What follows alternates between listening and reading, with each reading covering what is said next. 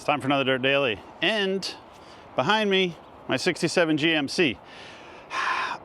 I shouldn't be working on this. I have other projects, but I think a lot of you really like this truck. I really like this truck, and I did a few things to it. Nothing major, minor little upgrades, but it's the little things that when you do them to your project vehicles, you get farther along with them. And I learned a lot about this truck that I didn't know. Mostly, a lot of it came from the comments, but also I've already dove into the rabbit hole of the 67 to 72 GM trucks. This is not a C20, like that's the first thing I learned. It's supposedly a C2500. So I was wrong there. I might still be wrong. Someone will probably correct me on that already. But let me show you some of the cool things I did that have already made the truck just a little bit better. I got rid of the fifth wheel hitch that was in the back of this. And I did because I don't really need it. It was kind of cobbled together. I know the prior owner was towing with it, but like the welds were a little shoddy. I don't even own a fifth wheel trailer. So I cut all the bolts off and I got that big plate out of there. Now, I do have two transmissions, a Turbo 400 and a Turbo 350 that came with this truck. I don't know that I need them, but I don't feel like I should get rid of them just yet, which is probably why I have so much stuff, is because I'm like, what if I need it someday? But this one is leaking ATF all over the place. This one has the torque converter, which is helpful. So both of these need to come out of the bed of the truck and go get put somewhere else, because riding around the bed of the truck, they're just gonna make a giant mess and possibly get damaged. Oh, I also put a ratchet strap on the spare tire that's over here to try and hold it in place, but I think I need to come up with a better option than that, either a plate to bolt it to or a double bigger ratchet strap. This is just a friction style ratchet strap, where I think I need like an actual ratchet strap. And this tire is kind of shoddy also. I think it actually has a spare tire. Oh yeah, it's got a spare underneath as well, so it has two spares. And both of the spares look kind of junky, but the actual tires actually look pretty good. Let's look inside. So I covered the seats. I got a set of these Carhartt seat covers and I put them in. I vacuumed the heck out of this thing, and it looks much better now. I really like the factory bench seat, and I like the factory fabric, which you can kind of see underneath there. But I feel like until I really have time or budget to repair that bench seat, putting a seat cover on it is pretty good. And there are wing nuts that go on right here that allow you to flip the seat forward. And I got in behind everything, vacuumed up everything, and then I found something. So when I was vacuuming this out, I saw a little mouse run away. If you don't like gory stuff, you're gonna wanna fast forward through this next 30 seconds, because this is kind of gross. But I caught him, boom. All right, enough of that. I don't really like mice. In fact, I really don't like mice. And this mouse is like bigger than the one that I saw, which tells me it's kind of needs to go in the trash. Bye, buddy. Now, where was I? Oh, here's another thing I fixed. You guys remember this wire that was hanging out right down here? It looks like it goes into like a T-post, but it actually slides on to a pin post this way, and it goes to the back of this. So if you go behind here, you can see this is our power outlet or cigarette lighter, and you can see that pin that's kind of sticking out on the back. Well, this just slides right onto that pin. Let me see if I can get this lined up. Like that. And now we have power to this. And then you push that in, and you wait a few seconds. A few more seconds. Oh, and my question about the glove box cover. Oh, did you see how that popped out? Well, now that is red hot. And that is what you would use to light your cigar or your cigarettes. Or, as a lot of kids found out, you can burn the heck out of your fingertips if you touch the end of that. Also known as erase your fingerprints in case you need to run away from the law and escape to South America. Oh, so a lot of people said that this glove box, which is kind of a gray color and it doesn't seem to match the dash, is actually the correct color because it matches this, but it doesn't even match that. This is more of a kind of grayish gold and this is a black. And I thought these all had like a sticker right here that kind of listed all of the codes of all of the things that they had, but this one doesn't. So I'm not 100% sure if this is the right one. It's the right model. I don't know if it's the right color.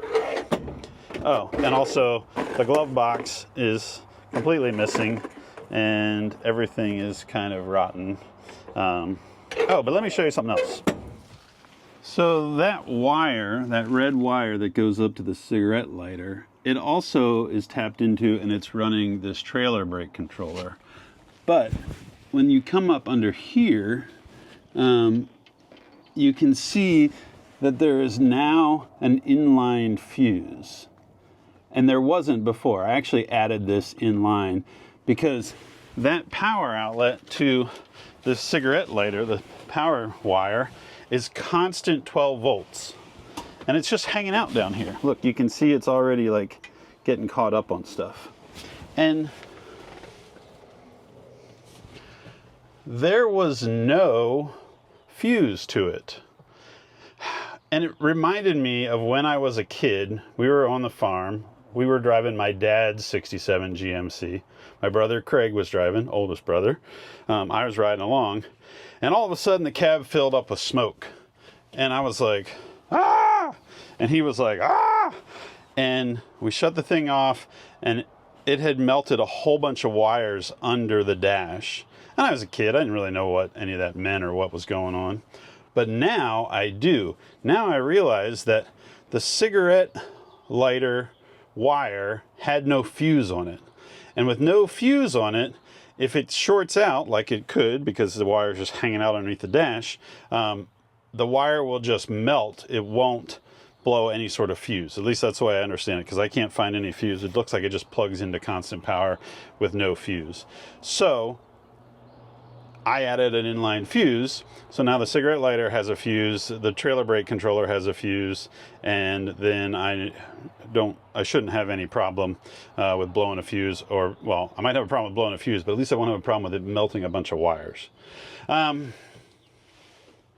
know there's a company out there that takes your stock GM radio and rebuilds it, or maybe adds like Bluetooth or whatever. This thing's pretty cool looking. I need to find the factory knobs for it, and then I might send it out to get rebuilt. Or maybe it's not even wired up. Maybe I need to get under the dash and dig that up. But it kind of looks like it only has one speaker, which is like directly above it. So I need to dive into that a little bit, but that's for another day. Oh, here's another thing I learned. So if you fire this thing up,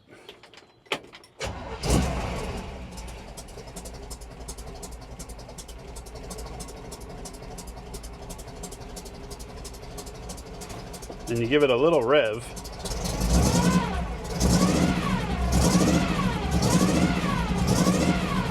it's got some gear whine, and I thought that was the power steering pump. But a few guys in the comments told me it's probably gear drive in the timing. Instead of a timing belt or timing chain, it has a timing gear drive. So if I come in here and I rev it up, you can hear it.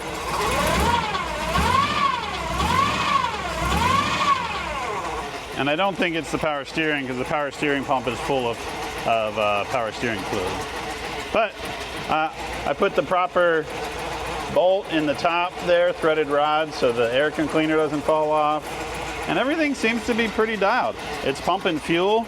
The fuel still smells stinky, so it probably needs fresh gas in it. And it's starting to get hot, so it would be nice to get the AC hooked up. I mean, the temperature outside is getting hot, not the engine. The engine's working pretty good. It idles and lopes right along. And don't forget to turn that electric fan on so that it doesn't get too hot. Overall, I'm pretty stoked on it. It's got an aftermarket oil gauge. It's got an aftermarket temp gauge. It looks like an aftermarket voltmeter.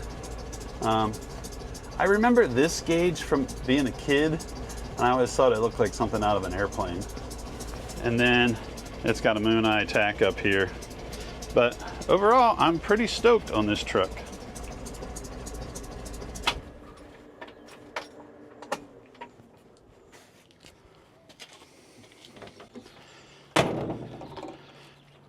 Oh, I also put ATF in the transmission and it works way better. So I could probably do a burnout now, but then I realized I don't need to do a burnout. I do need to get a better battery tie down. And someone else told me that the front of this hood has more of a slant, and that was just for the 67 and 68 model years. And I guess the 68s might have had marker lights.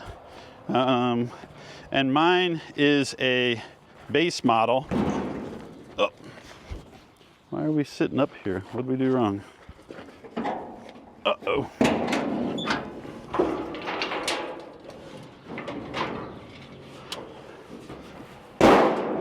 Oh, I see the problem.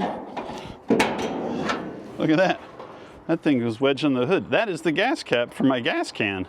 I can't believe I didn't lose that. It was probably sitting in here when I dumped gas in there. All right.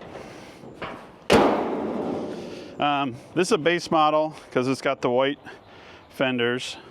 And this is a C2500, where my dad's would have been a C1500. It was a half-ton GMC because it doesn't have the full floater rear end like this one does. So, which is kind of cool.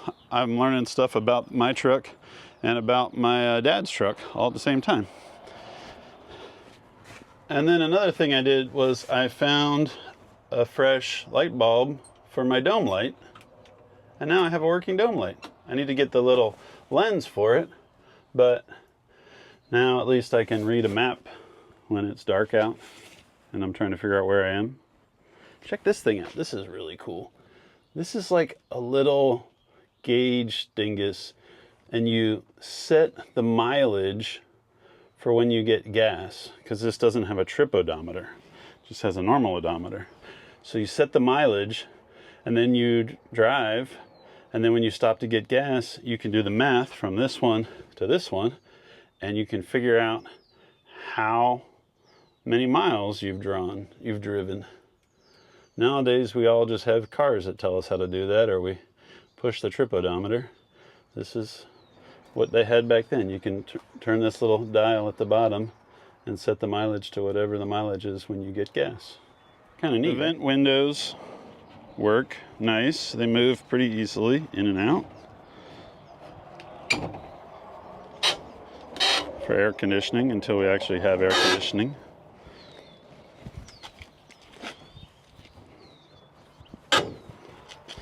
And then that reaches back and latches. The one on the passenger side looks like it used to have a sticker right here. I feel like it needs one. I don't want to put a lot of stickers on it, but I feel like it needs some sort of period correct sticker right there from like 1967 or 1969. Got any ideas? Comment in below. Tell me what sticker I should put on there. Something from 4-H or NASA, first trip to the moon. What would you put on it? I really dig this truck. I don't know what I'm going to do with it. I really need to get back to working on Jeeps that have big blocks and little flat fenders, but every now and then I bring it out and fiddle with it. Oh, here's the one rusty hole, which is super minor compared to a lot of these trucks. All right, that's it for this Dirt Daily. Thanks for tuning in. Every time I get distracted, I'll be working on this. See you later.